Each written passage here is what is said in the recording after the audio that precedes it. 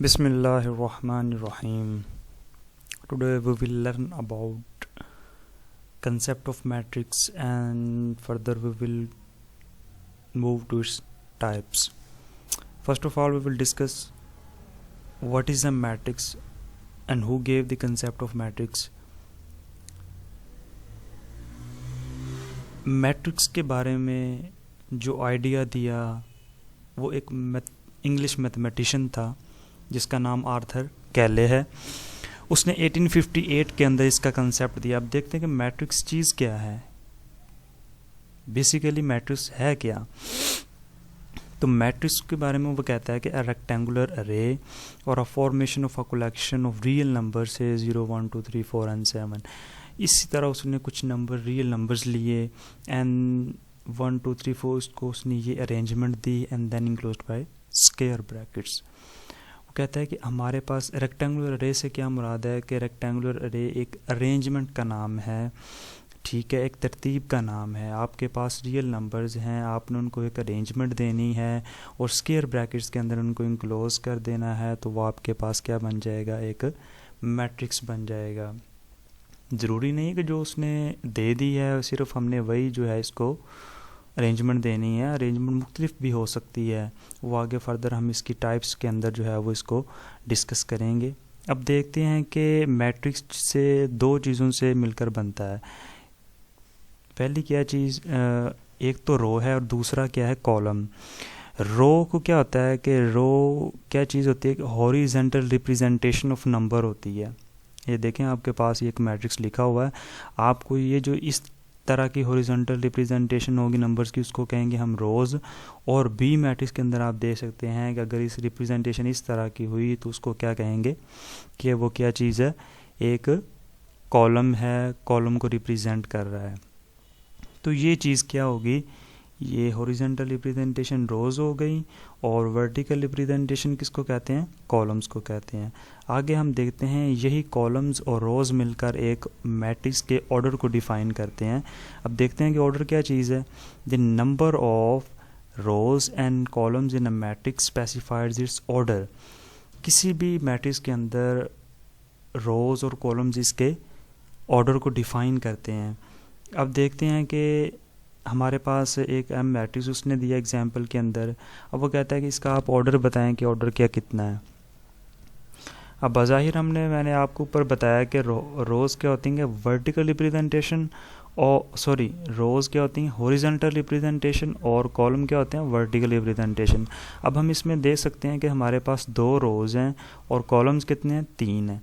तो पहले हम रोज़ को लिखेंगे, बाद में हम कॉलम्स को लिखेंगे। तो इसका ऑर्डर कितना हो गया, 2/3, यानी कि 2 रोज़ हैं और 3 कॉलम्स हैं, ठीक है। ये हो गया ऑर्डर ऑफ मैट्रिक्स। आगे हमारे पास वो इक्वल मैट्रिक्स का बताता है कि 2 मैट्रिक्स हमारे पास इक्वल कब हो सकते हैं।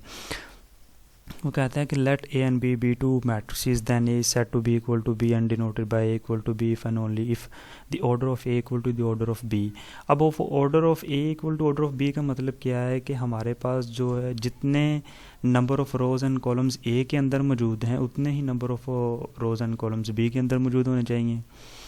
और सेकंड में वो बताता है कि their corresponding entries are equal. इनकी जो एंट्रीज़ हैं, इनके अंदर जो एलिमेंट्स हैं वो भी क्या होने चाहिए, आपस में इक्वल होने चाहिए। हमारे पास ये जो कर्सर आप मेरा मूव करते देख सकते हैं, इसमें अगर हम ए में देखें तो हमारे पास एक पहली रो बनती है 1 3 और दूसरी बनती है -4 2। तो इसी तरह हम इसके अंदर देखते हैं ये ऑर्डर तो बज़ाहिर दोनों का बराबर 2/2 का है, इनके एलिमेंट्स भी क्या इक्वल हैं कि नहीं। 1 पहले में 1 आ गया, दूसरे में क्या 3, 2 + 1 क्या हो गया 3, बराबर है। -4 है, तीसरे में भी -4 है, फिर 2 है, 4 - 2 = 2। तो ये क्या हो गए, इक्वल मैट्रिक्स हो गए। इसी तरह आप नीचे भी देख सकते हैं कि इनके जो कुछ एग्जांपल्स हैं वो दिए हैं। एक्सरसाइज नंबर 1.1 के अंदर इसमें आपने क्या बताना है, मैट्रिक्स का ऑर्डर बताना है, फिर वह मैट्रिक्स इक्वल कब होते हैं, ठीक है। उसके बाद क्वेश्चन नंबर 3 के अंदर वो बताता है सारी बात, अगर आपको इक्वल की डेफिनेशन आती है इक्वल मैट्रिसेस की, तो आपकी इनकी करस्पॉन्डिंग एंट्रीज का मतलब ये है क्या है कि ये जो a प्लस सी है ये किसके इक्वल होगा, 0 के। a प्लस 2 भी किसके इक्वल होगा, -7 के। आप इनको इक्वल करके और इनकी a b c की वैल्यू क्या कर सकते हैं, निकाल सकते हैं। नेक्स्ट हमने इनकी टाइप्स के बारे में डिस्कस करना है कि मैट्रिक्स की टाइप्स क्या हैं। तो पहले हमारे पास आ जाती है रो मैट्रिक्स। आपने हमेशा याद रखना है कि रो मैट्रिक्स के अंदर हमेशा एक रो होगी, कॉलम्स चाहे जितने मर्जी हो लेकिन रो सिर्फ एक होगी। वो कहता है कि a matrix is called a row matrix if it has only one row. Columns के जितने मर्जी हो सकते हैं, आपको उससे कंसर्न नहीं, सिर्फ आपने देखना है कि रो मैट्रिक्स तब होगा जब एक रो होगी। इसी तरह कॉलम के अंदर देखें, वो कहता है कि कब ये कॉलम कहलाएगा, मैट्रिक्स या कॉलम कहलाएगा, if it has only one column, यानी कि उसके अंदर सिर्फ एक कॉलम हो, रोज़ जितनी मर्जी हो सकती हैं। नेक्स्ट चलते हैं रेक्टेंगुलर मैट्रिक्स के बारे में। वो बताता है कि matrix M is called rectangular if the number of rows of M is not equal to the number of rows of M columns. Rectangular के अंदर आपने ये देखना है कि अगर आपके पास एक मैट्रिक्स है, उनकी जो नंबर ऑफ रोज हैं वो बराबर नहीं होने चाहिए नंबर ऑफ कॉलम्स के, ठीक है। यानी कि नंबर ऑफ रोज़ और नंबर ऑफ कॉलम्स इक्वल नहीं होने चाहिए। आप पहले में देख सकते हैं कि रोज़ कितनी हैं, 1 2 3, कॉलम्स कितने हैं, 2। तो ये बराबर ना हुए तो ये क्या होगा, रेक्टेंगुलर मैट्रिक्स हो गया। इसी तरह आप फर्दर देख सकते हैं एग्जांपल्स दूसरी भी। स्क्वायर के अंदर क्या वो बताता है, स्क्वायर के अंदर इसके जो है ना वो उल्टा है। वो कहता है कि नंबर ऑफ रोज़ जो होने चाहिए is equal to the number of columns, यानी कि नंबर ऑफ रोज़ और नंबर ऑफ कॉलम्स क्या होने चाहिए, आपस में इक्वल होने चाहिए। तो अगर इक्वल होंगे तो वो कौन सा मैट्रिक्स होगा, स्क्वायर मैट्रिक्स होगा।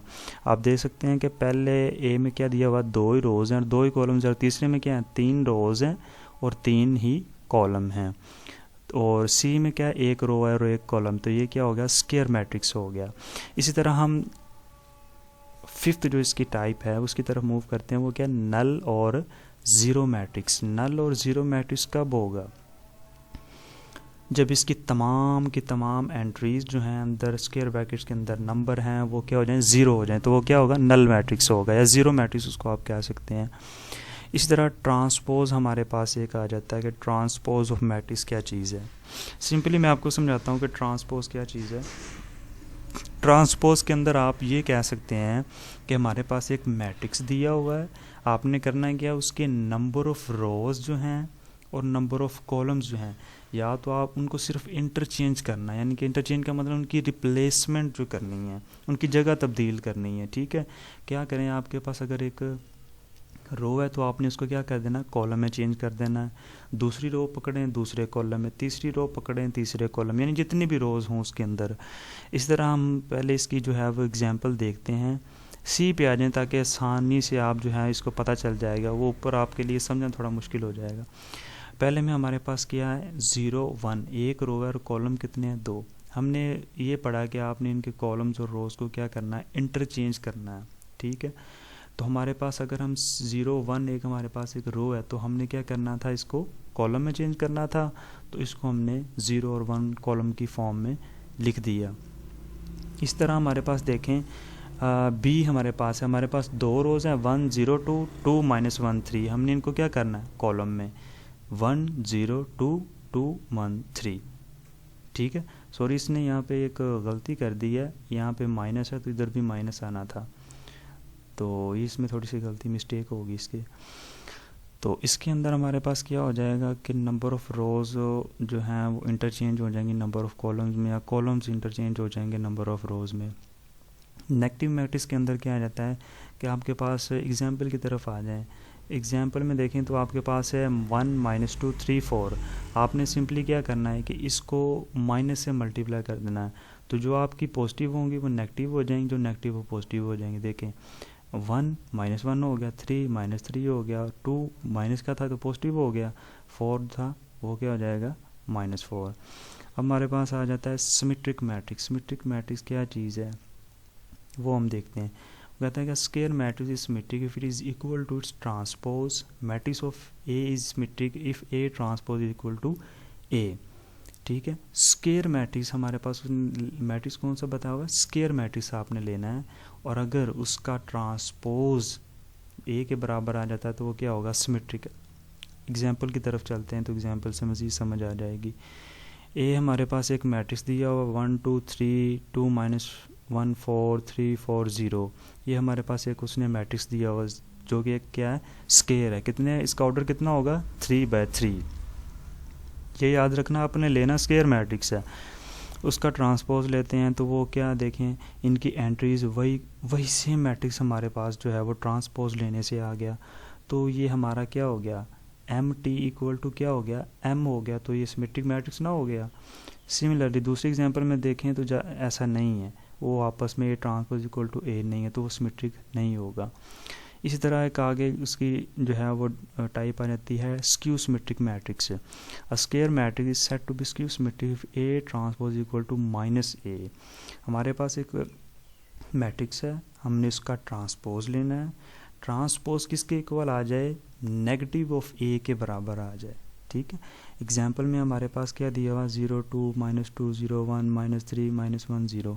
इसका ट्रांसपोज लेने से हमारे पास ये मैट्रिक्स आ गया। लेकिन अगर हम इसी मैट्रिक्स ए को माइनस से जब मल्टीप्लाई करेंगे तो हमारे पास जो है वो किसके बराबर आ जाएगा, ए ट्रांसपोज के। ये देखें, इसमें फ़र्क सिर्फ कोई नहीं है, मैट्रिक्स सेम है। इधर क्या हो जाएगा, अगर हम इसको माइनस से मल्टीप्लाई करेंगे तो ये जो -2 -3 -1 होगा ये पॉजिटिव हो जाएंगे, ऊपर माइनस हो जाएगा, तो ये ट्रांसपोज इक्वल टू -a के बराबर हो जाएगा, तो ये स्क्यू सिमेट्रिक हो जाएगा। डायगोनल की बात करें, डायगोनल क्या चीज़ है, वो कहता है कि square matrix is a diagonal matrix with at least any one of the entries of इस diagonal is not zero and non diagonal entries are zero. इसमें क्या होगा कि आपके पास जो एक डायगोनल एंट्री, डायगोनल इस चीज़ को कहते हैं, ये अब कर्सर मूव कर रहा है आप इसको देख सकते हैं, ये क्या होनी चाहिए, ज़ीरो नहीं होनी चाहिए, बाकी इसके ऊपर और नीचे जो एंट्रीज़ हैं वो ज़ीरो हो सकती हैं, ज़ीरो होनी चाहिए। ठीक है, ये यहाँ पे भी 0 0, यहाँ पे 2 आ सकता है, ऐसा भी हो सकता है, ज़रूरी नहीं कि तीनों के तीनों 0 ना हो। इनमें से ये देखें 0 1 3, ये 1 भी 0 हो सकता था या 3 की जगह 0 हो सकता था। यानी कि एक डायगोनल एंट्री, इसकी डायगोनल एंट्री 0 ना हो बल्कि तमाम एंट्रीज बाकी जो हैं वो 0 हो जाएं, तो क्या होगा, डायगोनल मैट्रिक्स।